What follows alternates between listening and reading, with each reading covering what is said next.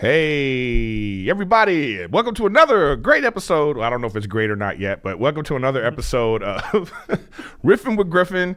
I'm your host, Erik Griffin. We're here at the All Things Comedy Studio. And before I play this week's theme song, because it's another good one, I really appreciate you guys sending in these theme songs. I'm trying to find the perfect one, and so we're just going to keep battling until we find the perfect one. But before I do that, I want to introduce one of my favorite people in the whole wide world. He was on I'm Dying Up Here with me. He did a movie with Jackie Chan, one of my favorites. What was it called? Forbidden Kingdom. Give it up for the handsome, the Robert De Niro of our age, Michael Angarano. How do you say your fucking name? Angarano. I always say his name wrong. Angarano. Honestly, we've known each other now for I think like 4 years. 3.5, 4 years. Come on, what is it? Angarano. You've gotten it right before. I have. I'm not gonna correct you. Oh my God. It's Angarano. Yes, I did it. It's okay. Michael Angarano. Now I don't know if you watch the show, my podcast. You probably don't because you're too bougie to watch my podcast. But I've seen clips. Okay, well, I've been trying to find a theme song, so people have been sending in great theme songs, right. And so a lot of times I sing on them or I do, But here's one of them right now. So if you want to join me, you can. But this is another great theme song. I have all the information of this great artist and producer, but here it is. Oh, this was a little funky style. Ukulele. Riffin with Griffin. Yeah. Wow. Riffin with Griffin. We got Michael Angarano. This is like going in a direction I don't even know, right? Yeah, no. It's a interesting progression. I like it though, right? Yeah. It makes you want to move your hips a little bit. Yeah, you just want to grab someone and dance with them. Riffin with Griffin. We're riffing with Griffin. Wow, what a jam. Okay. All right, well, that's going to be good.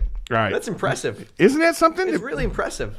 I mean, I put it out there because what happened was I was singing songs, like karaoke versions of songs, and, right. and like changing the words to Riffin with Griffin. Right. And I thought it was fun. I thought I could keep doing it.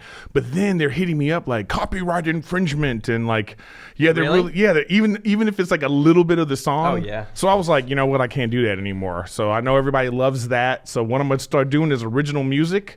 So if, I have a couple of great producer friends that are going to keep making songs for me. And then maybe eventually we'll have a vote and we'll pick. How many now have you played on the show? I had 12 episodes of the new ones, probably like 5 or 6 new ones Wow. because I can only have 12. I'm not And sure. how many submissions? Oh, people submit all the time. That's crazy. Yeah, they just hear it and they go, oh, I want to do this. Because they figure to themselves, like, if my podcast gets popular, I put their name on the thing and they're like, oh, that guy's maybe somebody's out there listening and they're like, I want a song made by that guy. Right. So, but it's all part of the... Riffin with Griffin. It's all part of the artistic community. Yeah. So, listen, man, I'm really glad that you came on. So much. Thank you for having me. Yeah, I wanted to have you on. I told you even before I was doing the know. podcast, I was like, you got to come on because there's so much I want to talk to you about. But let's just jump right into like how we feel about like how I'm Dying Up Here was canceled. That's where we met. I know. That's how we met, and it was 3. I mean, the experience of the show. There was only 2 seasons, but we did the pilot in. What, 2015? I believe. Yeah, and November of 2015. Yeah, November 2015. Didn't find out we got picked up till like January, February, but then had to wait until the end of the year pretty much, till, was it September? Yeah, to film season 1. Because we finished season 1 in November of 2016. Yeah, right. So we probably started, I think we started in the summer then. Yeah. But still, that's so much time to wait. So much time. To do a season 1, that's like, I've had a job now for almost a year, but dude. You can't see it yet. Yeah. And so that's what it was. From when we did the pilot to when it aired. It was a year. It was over a year. Yeah. That's what it was. Hey, be careful when you hit the table. They got the mics like this, which they need to change. We need to have like floating mics so we can hit the table. God damn it. But anyway. And then we didn't find out we got season 2. And this is not uncommon. That's you do a show on a cable network, and apparently, like Sopranos, it would take like over a year for them to. But we didn't know that it was going to be like that when you first did it, right? When you first got the part, where were you when you first got the part? Did you have to audition? Did they talk to you? I don't think so. No, I right? didn't. I was the last person cast because they called me because I was on a show called The Nick, right? And The Nick went through a really similar thing where we did 2 seasons of it, and then we were waiting to hear if we were getting picked up. And it was different circumstances. Like, The Nick could have gone on, essentially, but Steven Soderbergh had an idea of what he wanted to do, and waited too long, and then the head of HBO got quit or got fired, and a new one came in. And then it was clean house. Yeah, they cleaned house. Usually they cleaned it new right guy up. comes in like, I would never have approved any of these stupid shows. Let me bring my own stupid shows on. But it was the kind of that we didn't get the okay that The Nick had been canceled, so I wasn't sure if I was available. And so I'm Dying Up Here came around, and it was sort of used as leverage to find out what was happening with the show, because we had this other offer from I'm Dying Up Here. Oh, right. And it was like, it's a lot of money, it's another job, like, we all know it's over, let us go. And so they released me from my contract, but then that was a week later we had our table read. Yeah, which was a huge. That was the first time I read the script out loud. I loved that table read. I know, that was fun. I mean, I was sitting next to Jim Carrey. I was like Alfred Molina was here, and Sebastian Stan was over here. I thought I was in a Marvel movie, because it was like, and then Jim Carrey was there, and it was like, I didn't know it was gonna be what it was. I mean, I didn't know. Did you know it was gonna be a drama when we first started? That dramatic? I mean, did you think it was gonna be a comedy? I think it was difficult to gauge exactly what direction it was going to go in, because it could have gone so many different ways. I think they still don't know. No, right. One of the issues. I don't know. I mean, the guy kills himself in the first episode, but I didn't think, there were so many characters, there were so many different stories they could have followed. I mean, it was about Ari. It was about you guys coming from Boston. Yeah, it was about me and Clark coming from Boston. I always say that I think the show should have been about that from jump. It should have just been about these guys coming to Boston, trying to make it in the LA scene. That's when the pilot actually popped for me. You know what though? It's always the thing we spoke about. The best part of the show was the chemistry of the entire cast. Yeah, we had good. You know what I mean? It was such a great, fun group of people that it was like. If it was just a matter of capturing that. We always said that. It was like, we all need to be in more scenes together. I know. Because we were only in, like we would, every time we were on set together, it was like, hey. It's like the one, good to see you. It's so funny. Season 1, we were really only in one scene together where we spoke, and they cut that out of the show. Me and you. Yeah, and Clark too. We had this one scene where we just, a great walk and talk, and then they cut it out of the show. I mean, there were so many characters. It's so difficult to really balance anything when there's more than we had 12 main characters. You can't do it. And he wanted everybody to be in every fucking episode. Right. I mean, look at, we've had this conversation so many times, but think of Game of Thrones or Orange is the New Black or Sopranos, television shows that have a huge ensemble. Yeah, it should have been 6 out of 10, right? We should have done each of us done 6 out of 10, and then there's 4 episodes where we're not even in it at all, and it's just developing other people. Now, let me ask you this: when you saw that you had to be a stand-up, because I remember you, Clark, Ari, even RJ, you guys were like, we're not stand-ups, what do we do? And to your credit, you went out to some open mics and you wrote some jokes. I mean, how was that for you? That's the equivalent of saying I'm playing a soldier. Oh, I went to 2 days of boot camp. I for sure. You know what I mean? Like doing a handful of open mics, sure. For me, I was just like, I wanna not pass out on stage. I want to not panic. Yeah. And I did. You panicked? Yeah. The first time you did it? Not the first time. It was like the 4th one. It was like an open mic in Silver Lake. It was like in a garden at 1 o'clock in the afternoon. You went to an artsy Silver Lake open mic? Wow, you pretentious fuck. I know. It was bad. It was really bad. But I actually did kind of well. I didn't do terrible. He did kind of well. I won it over. I won arrogant ass. I won the crowd over. You won him over? Oh my God. And then, but then by the time we started shooting, you felt comfortable, because it's such a weird thing to film stand-up. Yeah, it's hard. And also what's hard too is that you're doing 70s stand-up or stand-up that's taking place in the 70s. So, and most, if you go to the Comedy Store, the comedians are talking about topical shit, like what is happening today. It's not like we were talking about abortion and like that's what we were trying to do, right? You know, abortion and all the stuff that was going on in the 70s. And you even listen to, you listen to comedians back then, with the exception of like very few comedians or like comedy albums you listen to, how rare is it that you listen to something from 1971 and you laugh out loud and you're like, oh, that's really funny. Yeah, I totally get that reference. It's a different sensibility, different humor. It's like it's evolved. Now, I remember when I went to the table read, I was looking around because I was like, okay, who are all these people? I didn't know. Only person I knew was Andrew. And of course, I recognized people. Yeah.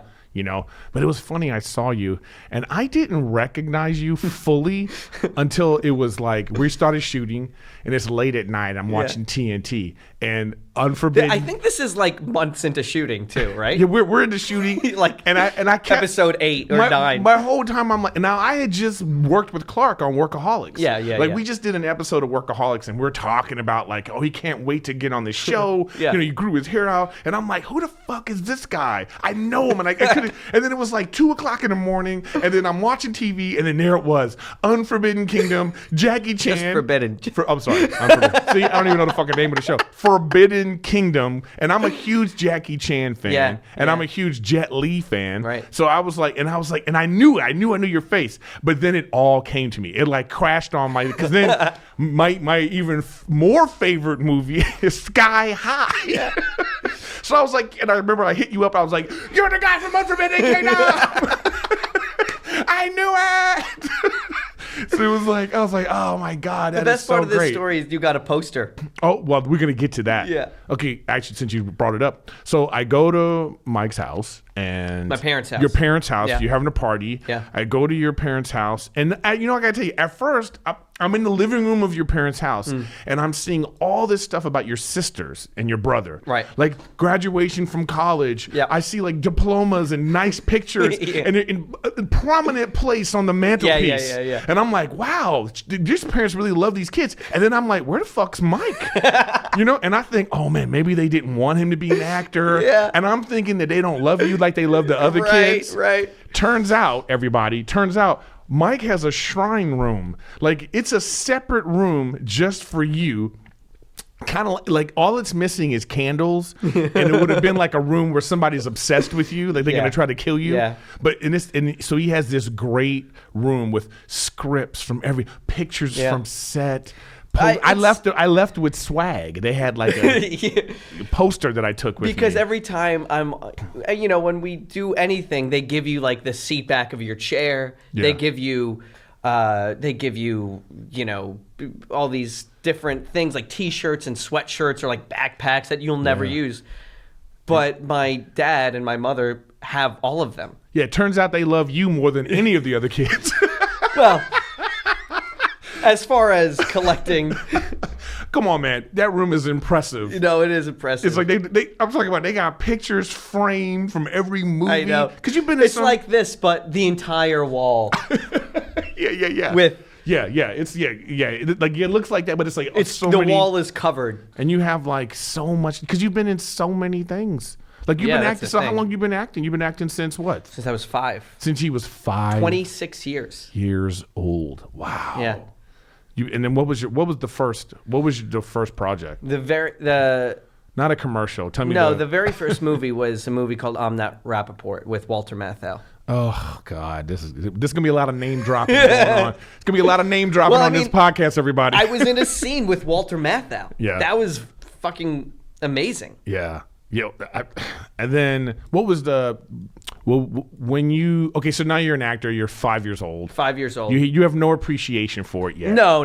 I'm honestly, it was an excuse to not go to school. Exactly.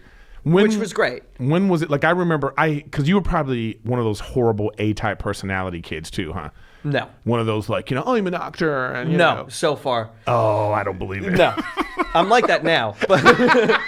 But as a kid, I was very happy-go-lucky, really? Very just happy to be there. Yeah, I liked the attention of being on camera. Yeah. Which is probably why I worked, because most kid actors don't want to be there because their parents are wanting them to be there. Right. And for me, it was the opposite. Like my parents supported me and they were happy about it, but it was also I was just so happy to be there. Well, I remember because child actors can be the worst. I know. I remember doing this commercial where it was like I was a janitor at a school, and it was all these kids, and they were having conversations like, "Oh, I have to do this pilot, and I don't want to do it," and blah blah blah. And they kept calling me Janitor Jim because my it said Jim on it, and I was just like, I never want to work. It's so I'm so glad to hear that you weren't that kind of kid. No, I actually, because I went back and did an episode of Will and Grace recently, and I was on Will and Grace from when I was 13 to 18. Oh, I didn't even know that. Oh yeah.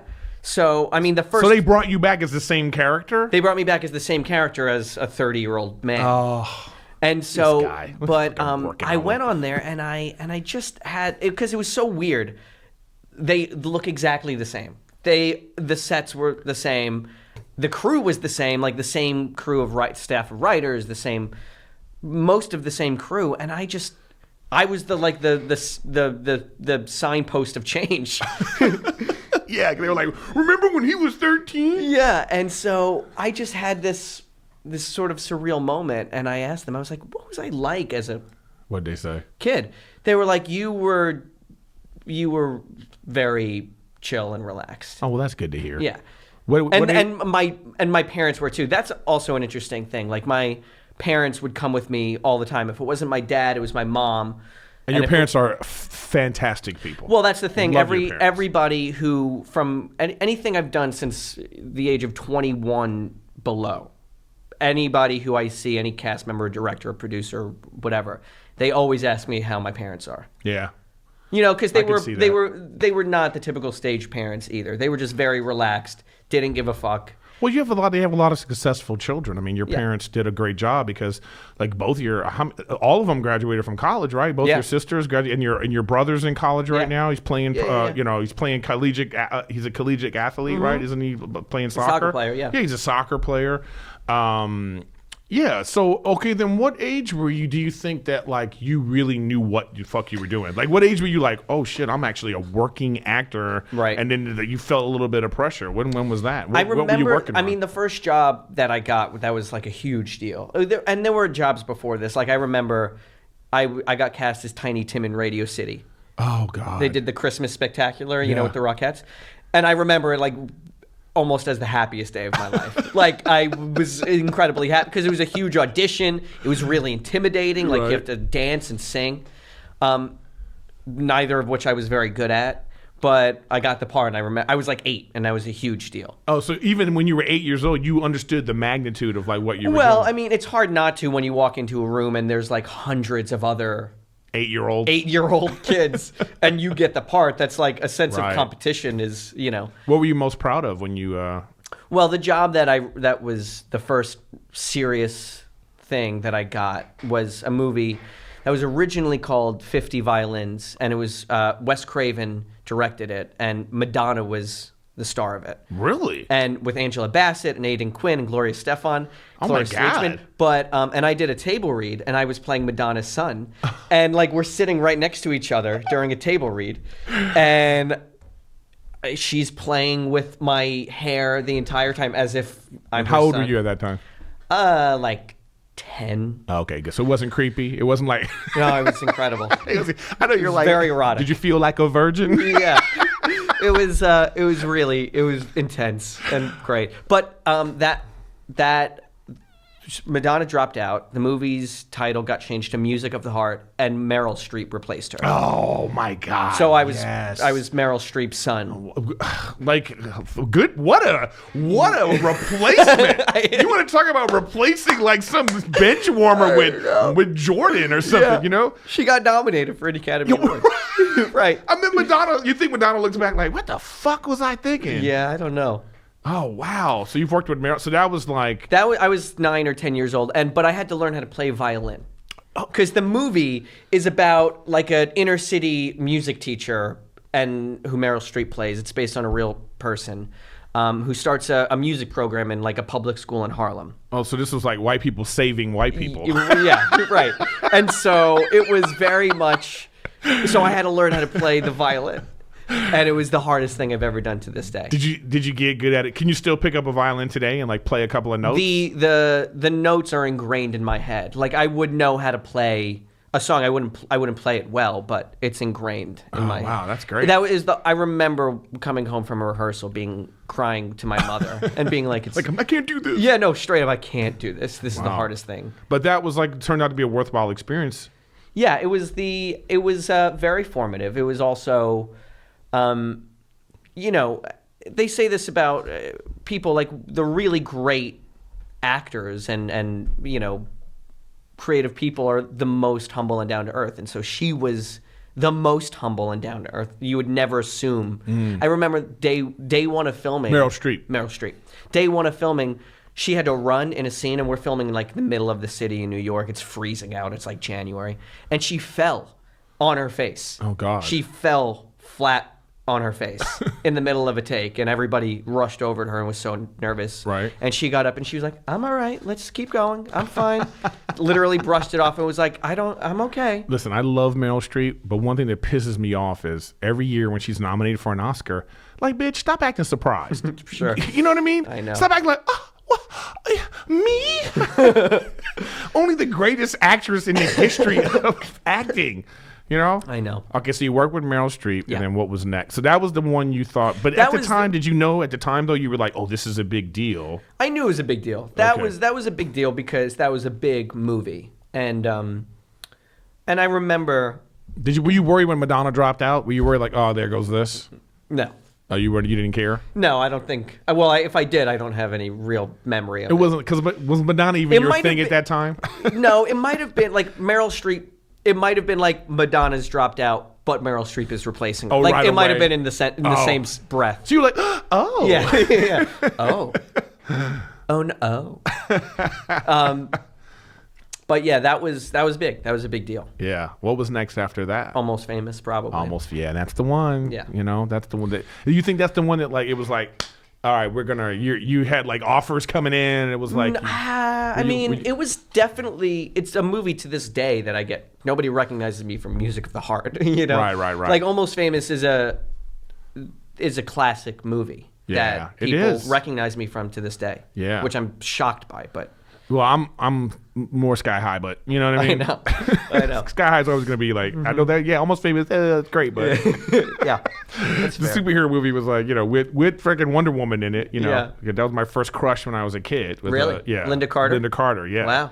Yeah. So it's like How old were you when you? Oh man, it was like 8, 9, 10. Like that was like my formative years, like seeing her on TV spinning yeah. around with her clothes flying off of her. You Yeah. know what I mean? Yeah. So when did you? So you start? Okay, Almost Famous, but like, was Sky High like your first starring role? Were they like?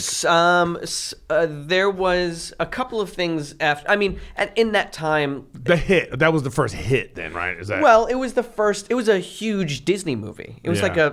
it was the lead of a Disney movie. Yeah. But before that, I did Lords of Dogtown, which Right. was a big deal too. Yes, but it I was. wasn't the star of that. That's That what I'm was- saying. Yeah.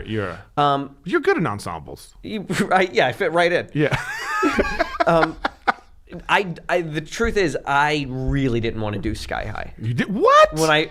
It was. I am outraged. No, by talk this. about like pretentious Oh, you- egomaniac. oh, I was like, oh. I don't want to be a Disney kid. Like I don't. Oh my god! And I was like, I knew you were a monster. It's all coming out now. You're a fucking monster. So this is the truth. I actually auditioned for Sky High when I was doing Lords of Dogtown. So I had like my long hair extensions in, and I got the sides, and it was for War and Peace. It was for the guy who throws fire. Right. And I was like, that's kind of cool. It's the bad guy. Yeah. And so I auditioned for War and Peace.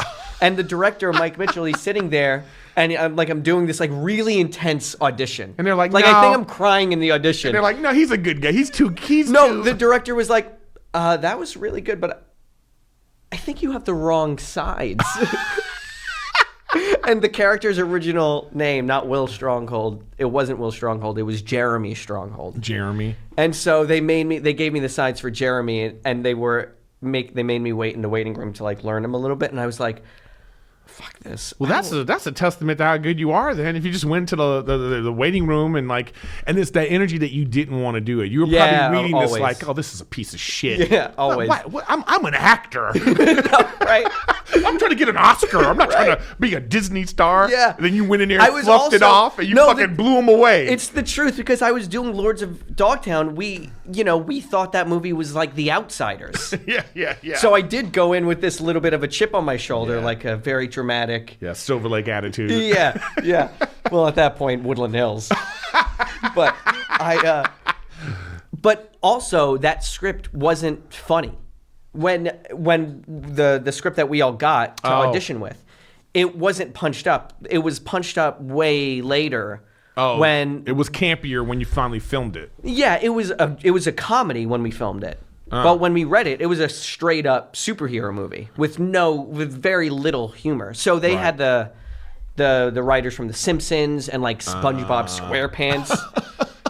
But like wait, your nightmares, right? Like this is the exactly the I'm worst like, oh my version God. that this could be is what they did to exactly. it. Right? Oh man. But they also had like Kids in the Hall. They had like Dave Foley and Kevin McDonald. Yeah, there was some great people in there. It's really funny people. That's what I like about it. It was a funny movie. It's a funny movie. Like, the guy wasn't. Yeah, who you're talking about? He's like the sidekick. You know what I mean? He was fucking hilarious. No, the experience of making that movie was one of the most fun ever.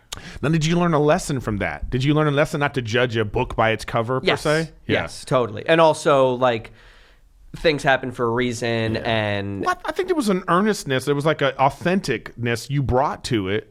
That the fact that you weren't a sort of a Disney kid, I think that's what is an endearing quality that you brought to the role. Yeah, and I was also a sophomore in high school, and I was doing, I was literally during Sky High, I was studying for my SATs. Oh God. You know what I mean? So Did you ever pass your SATs? I think I got like. I think I did still bad. did them? I passed, but I think I did bad. I think I got like a 10-10 on my SAT out of 1,600. Oh, God. It was just bad. So you did Sky High. Yeah. And then from Sky High, now, did that give you much more attention in terms of being a leading man, per se? Or like a young hero? It's so funny because now we're so aware of it. I mean, getting breaks and getting how you're perceived. But at the time... it was a big deal, but it was also like I so didn't think about it. I was literally in school. Mm-hmm. And so when I wasn't getting a job, when I wasn't working, there were a string of jobs after Sky High. I did a bunch of independent movies that I was the star in. So that it definitely did something. Right. Like if today it would be, I would perceive it differently. I would be like, oh, this opened up this opportunity to be in this thing, or like, But at the time, coming off Lords of Dogtown and then going into that, you still had an attitude of like, well, I still want to do like meaningful work. I want to you were all over that, huh? Big time. Now you're just trying to pay the bills. Yeah. Now you're like, you need me to be Robin? What do I need? Yeah. Yeah, exactly. Oh man. And then then you did all those roles, and then you got the Forbidden Kingdom. Yeah, that didn't come. So I was 15 or 16 when I did. I was 15 during Sky High. No. Yeah, I was 15 during Sky High. Oh, that must have been a nightmare shoot because you were underage. So. It was the summer. Oh, School okay. was out of so you were allowed to work extra hours at the time, or how did they do that? Yeah, I mean, I was only allowed legally to work 9.5 hours. And do you know, like one of the reasons why my parents are so not stage parents, because so many people, producers, agents would tell my parents, you should. He needs to get his GED. He needs to get emancipated. Right. Which means you could legally work as an adult. Right. But that would mean that they would have to take me out of high school, which I went to a normal high school in the Valley. Yeah. And be homeschooled. And I never ever wanted to be homeschooled. Yeah. And so you'd be a weirdo. So, but what it meant was that I would have to work in a limited, finite amount of time. Like they couldn't just keep me on set for 16 hours. Was that a difficult shoot then? The Sky High, I mean, it was stressful in the sense that I was studying for SATs, but it was still really fun. Oh wow! Of course, you were filming a movie. You're a movie star. Yeah, I mean, even once you got past it, it's not like an artsy film. There was a party that was like, shit, I'm the star of this movie. It was a huge part. It was a huge part. Yeah. Fuck, if I got that part now, it would be wonderful. Well, it'd be the sequel. Now you're the dad. I know. You know what I mean? I know. Oh man. So then when did Forbidden Kingdom come around? Not till I was like 20. Oh shit. So like 5 years went Also, by. but you still looked 15. Yeah. You look like 17 now. What was bastard. significant too about the Forbidden Kingdom was that it was around the writer strike. So there weren't a lot of jobs going around. There weren't like there wasn't a lot of stuff. So I just worked so steadily and consistently for 5 years, 6, 7 years, whatever. And then it got really quiet. Right. And then Forbidden Kingdom came along, and I got that, and it was 6 months in China. I know, and I love when you I love when you talk about like the first time you had to learn kung fu. Yeah. What did they do? They cracked your back. What was that? What? Oh boy. So I had 2 weeks of fight training, which is literally it's the same thing, like boot camp comedy. Right. Like it's so not like you enough. weren't a kung fu expert after 2 weeks. Right. But day one, and this is like in China, in a little city called Hongdian, where we shot the majority of the movie, which is an amazing place because in Hongdian, it was essentially built. It's like a factory town in like 5 hours outside of Shanghai, and a guy like a producer once, like a Chinese filmmaker, decided that he wanted to bring productions to China, and so he built the Forbidden City 3/4 scale. Oh wow. And then he built the Qin Palace, and then there are all these everything that was of historical sites in this city. And literally in the 6 months that I was there, the skyline of the city changed because there was such crazy work. Building. So many things were going on. And there's no regulations there, so they had people working 30 hours a day. Oh my God. But like Hero was shot there, the Jet Li movie Hero. They shot that there, So it was the day one of and Wu Ping is the fight choreographer. Oh wow, I know that name. The Matrix, Crouching Tiger, Hidden Dragon. Right. He's the man. This is like post Matrix, but like hot off the press Matrix. You know what I mean? And so I was pretty flexible to start because my mother's a dance teacher. But day one, they brought me onto the mat. They're all chain smoking cigarettes. Michael, come, yeah. There's a ledge that's like up to my chin. Right. And they put my leg on the ledge. Right. And so I'm like almost I'm fully almost 180. And your leg is up like this. Yeah, it's like my leg is like right here. Yeah. And I'm like, whoa. Is, And they come up to me from behind me and push my back into your leg. Into my leg. So my I'm God. face to face with my ankle. Oh my God. And I literally heard right? Just my entire leg. Just went pop, pop, pop, pop, pop, pop, pop, pop, pop. You thought it was like somebody was shooting? No, they tear shit. Oh wow. So I couldn't really walk for like 2 weeks. Oh wow. I not on crutches, but I literally imagine like the sorest you've ever been. Yeah. Times 10. Now, at that moment, were you like enraged? Were you just like, "What the fuck are you motherfuckers doing?" Like, No, what was your feeling? I was a little anxious because I was like, there's a lot I need to do. I need to get there. But by the time I felt like my legs were working normally again, I fully could do splits. Right. Like full splits. And this was the process. They knew that. Yeah. And so it was 8 hours a day, and an hour was dedicated to stretching. Jesus Christ. Yeah. An hour. And like you would do splits, and I would have one guy holding my shoulders. I would have another guy on my back. I would have another guy pulling me this way. Wow. So can you handle yourself now today? Like, did you learn anything from it? I went to one martial arts class when I got back from LA. It was a 2-hour class, and it didn't translate. I don't know what happened. But like I almost threw up halfway through the class. I left. You realized that movie kung fu was it's not the same, It's not the same. So it was great working with Jackie Chan and Jet Li. Yeah. It was so surreal. It was Yeah, I can very imagine. outer body. Like there were the first month of filming, we were all on location, and the first location was a place called Dun Huang, which is in the Gobi Desert at the end of the Great Wall, Inner Mongolia. Wow. And it's like it's what like you see on screensavers. Yeah, like yeah, Microsoft screensavers. Yeah. I was there. Right. And you're doing a scene in which you're doing Tai Chi in the Right. middle of the desert. It was so surreal. Yeah. Very difficult. I saw that, by the way, I saw that movie in the theaters. Did you? Yeah, that's how big of a fan I am of Jackie Chan, and like Right. so I that's why I'm saying I knew you. I know. I knew you. Now, okay. We've talked about all that shit. Now there's a lot of Star Wars talk on this show. Bobby Lee and his brother have come on. We talked about it. Blake from Workaholics was on here, and we were talking about Star Wars. And one of the things we were talking about in Star Wars, I said to him on the show, I was like, I don't usually like child actors because there's two kinds of child actors. There's great, and then there's Anakin Skywalker. Now, everybody, I want to get the camera on me. Now, here's something I want you guys to know. That my man Mike here was almost Anakin Skywalker. It's so true.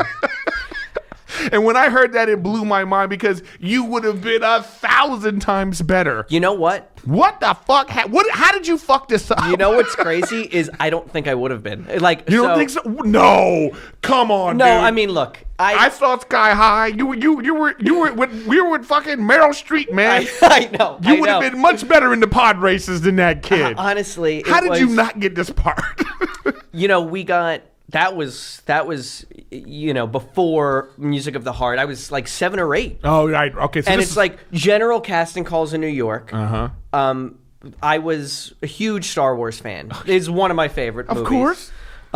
And so like I was a big fan, but it was a general casting call. Like literally look at the camera and smile. Oh, okay. They were just bringing in kids, cute 8-year-old kids. Yeah, exactly. And let's see if we can find our Darth Vader. Like months go by, like 4 months, 3-4 months, and it's like down to the wire. And meaning like there's 10 to 20 kids they're looking at out of thousands. But even at that point, you're one of the 20. Yeah, no, and I'm one of the 20. Yeah, but even at that point, were you excited at being part of the 20, or you still thought, it's 20. I don't think I'm going to get this. Hard to say. I don't really remember. Okay. But then I heard you're getting flown out to the Skywalker Ranch.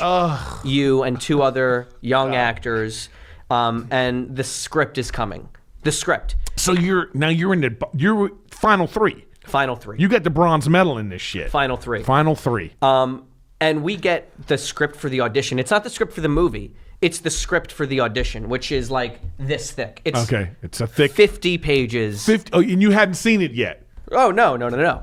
But it was like wait. You're 8 years old. Yeah. And they give you a script this thick to learn. To learn. And they fly you out to the Star Wars ranch. Yeah. Okay. Go on. And the 3 of us, my mother came with me, I think. We get flown out to San Francisco, spend a weekend at the Skywalker Ranch. Natalie Portman is there. Like 14-year-old Natalie Portman, George Lucas. Right. It's everything. It's the first. You're seeing R2-D2. You're seeing all the. No, literally, like it's Lucasfilm. Right. It's incredible. It's like an estate. It's a massive. So okay, so you got the script. You read it. I got the script. I read it. You're working on. Were you working on it with your mom? Working on it with my mom, my dad. Oh wow. My agent probably Was your mom Jar Jar? That's hilarious. Yeah. This audition scene is in the movie actually, and what was it? What scene was it? It was when he first meets Natalie Portman. Oh, I love it. And your mom was Natalie Portman. Yeah. I would have loved to seen that on film. You know what's crazy is that and your mom working on it. Tell me you still had that someplace. Well, there's a documentary on it. You could see like part of the audition. Oh, okay. You could see it, but I remember it's the only time in my life my mother was like, "What happened?" And I was like, "What do you mean?" Your mom basically was like, "How did you fuck this up?" No, she was like, "You like you were great, right?" No, she was like, "You were so nervous." Oh, you were really. And I was nervous. like, maybe I was really nervous, but you watch it, and there was definitely a part of me that was like very rote, very like repeating the lines, not. You just weren't in it. They caught you on a bad day. Wasn't mine. They just caught you on a bad day. Not my day. Well, I don't understand what kind of day this other guy was having. He must have had the best day of his fucking life. I know. We became really good friends. Oh, you and me and his family. Jake Lloyd was a really sweet guy. God. And in all fairness, that was one of the things where probably 3 months went by. Like another 3 months. You have to understand. Oh, so you don't even know if you got the part or not yet. No. Oh, this is a half a year. This is 6 months from audition, 3 months, you're getting flown out to Skywalker Ranch, and then months later. Mm-hmm. And where it's like, it's down to you and Jake. You're out of the running. It's down to you and the other kid. It's down to the like every iteration. There was times you thought I'm going to get this. Yeah, like it's kind of like swaying in your direction now. And of course your agent's like, I'm sure they're telling you like good things, bad things. No, it's all my parents. I wasn't like my parents are talking to my agent, and my parents are letting me know, and it's sort of trying to manage your expectations. Exactly. And I remember. They picked me up from school, and it was the both of them, and I was driving home on Staten Island, and I remember like unbuttoning my shirt way down, and I had a vest on, and I went to my parents. I was like, "Hey, who am I?" And they were like, "Who?" And I was like, Han Solo. Han Solo. And they were like, "Well, guess who you're not." No, literally. You're not Anakin Skywalker. Oh man. It was honestly probably the thing. Did you cry? I cried for hours. I locked myself in my closet and cried. Oh, man. But in all honesty, it probably was the hugest experience and lesson, and like it set me up for rejection. Swear to God. Right, that's perfect. And 6 months later or a year later, the movie comes out, and what happened to that kid? I mean, he was an 8-year-old kid. Like, yeah. It was horrible. Yeah, dude. It was. I'm sorry. You know the dude. You don't have to apologize. But he was terrible. Like when you told me this before that you were almost. I thought to myself, what happened? Like I don't know. My mother would ask the same question. She was like, "What did you do? What happened?" Because it doesn't make any sense to me. But also, they went with that. Like, if these are the final three, I always thought to myself, if that guy got it, who are these shit actors that didn't get it? Yeah. Turns out it's one of my good friends. Yeah. There's so many things like that in my life that I've gotten close on that it's like. Speaking of, and I'm glad the good segue, Mike. Not only was he almost Anakin Skywalker, he almost got to say one of the most famous phrases in cinema, "I see dead people."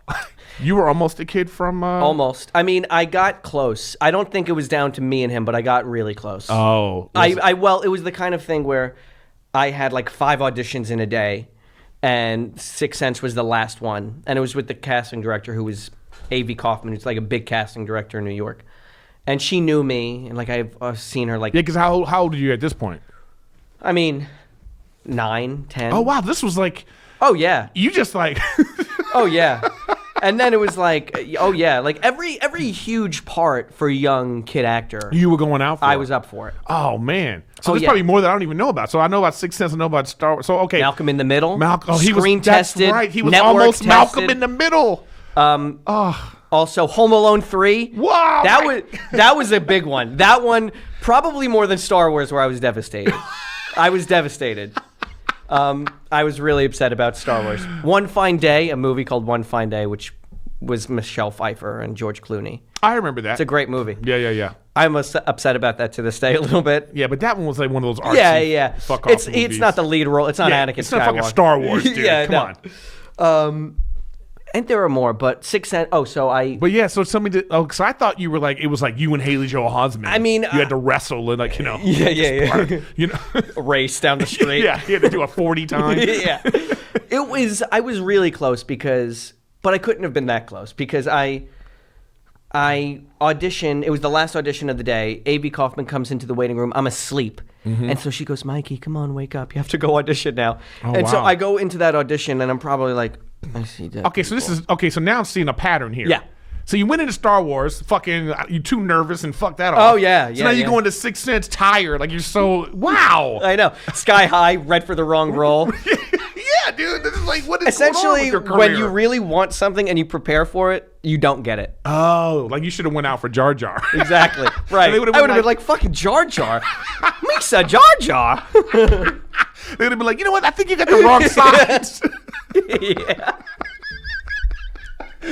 Oh man. Well, and you know what? It still worked out though. Oh, so Sixth Sense, they were like, he's incredible. After my read, they were like, he was incredible. Like, we're bringing him in tomorrow, audition with the director. Right. He's incredible. Like, have him do nothing different. And I walk in, it's like noon. Now you're peppy. I'm peppy. My hair's gelled. God, you were trying too hard. I'm missing school, and all of a sudden I'm reading the sides, and I'm like, this is so stupid. I think I said, this is so stupid. I think I said This I this see. podcast is actually going to be about what not to do at auditions. This is okay. So then you're like, wow, you So that was it. were I a didn't monster. go. I didn't go any further. yeah. Once you said that, they were like, thank you, Yeah. thank you for coming in. Yeah. Thank you very much. Next, wow. Yeah, big time. Well, it all worked out.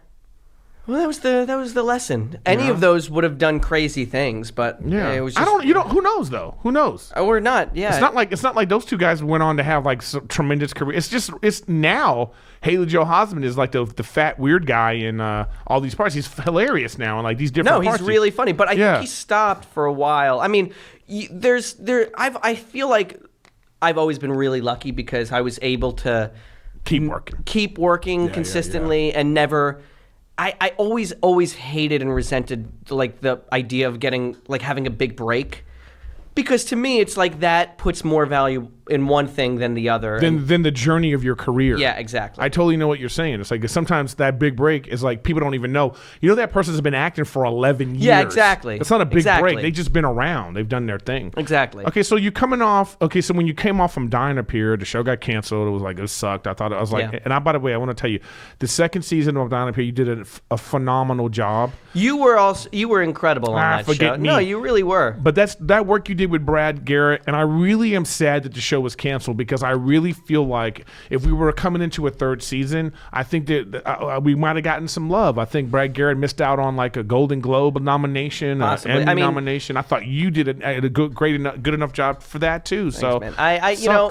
It's the kind of thing I'm really happy we got a second season, because in a lot of ways we were able to. The show got a lot better. It did. The show found itself. And yeah, I thought so too. there were still, it's just what we found is not what they wanted.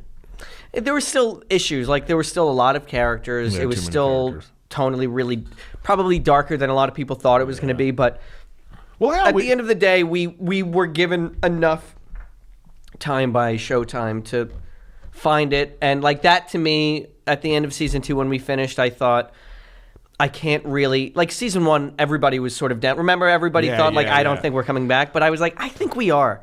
And I thought so too after season, because at the end of season 1, we were so excited. We were just like, we thought we were going to be at the Golden Globes, sitting at a table together, people getting drunk and having food, looking over at Denzel and everything else. Like, I can't wait to be in a suit at the Golden Globes, doing one of those fake conversations that they show on the commercials. Yeah, I love that. But they're like, oh, no, it's like, go fuck yourself. You know that camera's right there. You never talk that happy. Yeah. I really had all these high hopes, and like I think that we were like everybody hugely had high disappointed. Hopes. Everybody had high hopes. When it ended, I was really, I felt like depressed, and in a way that I wasn't expecting, because I really felt like that show took a lot of our energy. Yeah. And because I'm sad. I'm really the saddest part for me is that we're not working together. No, anymore. of course. That was the thing. That's all the fun we had. We have a job in LA, and we're all working with such great people. It was a dream. It was a dream. And so when it was over, it was really as if not only you Someone had a job died. taken away, but there was your friends were taken away from you as well. Even though that's not really true. Yeah, I know what you mean. You know what I mean? It's different when you work. Like it was like we were way closer in more contact then, because it's like summer camp. You know what I mean? It sort of transcended the idea of a job. Yeah, it really did. Which was also what was complicated about it, because you're doing a show about comedians in LA who are comedians in LA. It's fucking dark. No offense. It was. But you've gone on to do bigger and better things. You're great. You did like how many episodes of This Is Us did you do? About 5, I think. You did 5 great, and I know you're getting some love for it. No, it's great. I mean, what was crazy about that was it was one of those things that kind of just happened, and same casting directors as This Is Us, actually. Oh, I'm Dying Up Here. Oh, what's her name? Tiffany, right? Yeah. Oh, that's great. And so I had an in there, but this is true. I haven't said this to anybody, actually. This is the truth. So it was the same thing. We didn't know if we were canceled. Right. But This Is Us came along, and it was for a couple of episodes, and so like I could do it. Uh-huh. And we're going back and forth. I mean, you don't understand. This man, get a call from him on a Monday, and it's like, I think we're canceled. And then on Tuesday, he goes, man, I think we're going. I know. I was all over the place. So all over the place. Because sometimes I felt like maybe we're going to get picked up. I know. Because it's like, if you're going to cancel us, just cancel us. Why wait so long? Right. Who knows? But I'm literally on set for This Is Us, and I'm doing a makeup test, or like a wardrobe test, and I'm literally walking onto the stage, and I'm in a little corridor, and like in between like one door opening and another closing, and I get an email saying that I'm Dying Appears canceled as I'm walking on the set for This Is Us. Good for you. I mean, you bastard. It was just one of those things where I was like, that is weird. I know. That is weird how this shit happens sometimes. So I see now I know you're working on something else too, right? You're on like a army show, war. What is that one? No, that's This Is Us. Oh, that's this. Oh, that right, because you're playing the. Okay, I thought it was another thing you were doing. No, that's This Is Us. It's the same. Oh, okay, cool, cool. But no, I wrote and directed a movie that's coming out in March. Finally. That's you've been working. This is like a passion project. This is this is when we were doing the pilot. Yeah, I know. I had just finished editing it when this 4 years ago. And you were dealing with music rights and all kinds of stuff. So it's been a nightmare. Tell me about the movie. I want all my listeners to know about this movie that's coming out. Finally. It's called Avenues, and I wrote it. You wrote it and directed. When I was 21. Oh God. Oh God! Yeah, oh God! You're probably a monster.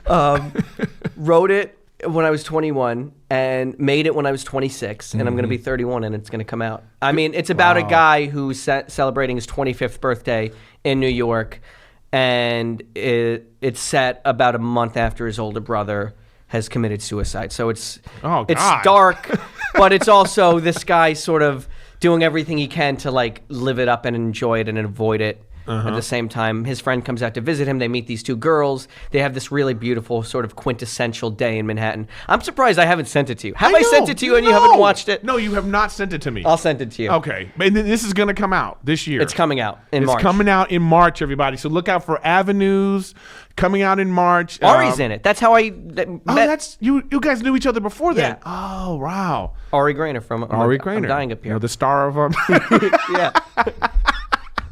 Love her. I'm gonna have Ari on too. I have to give her a call.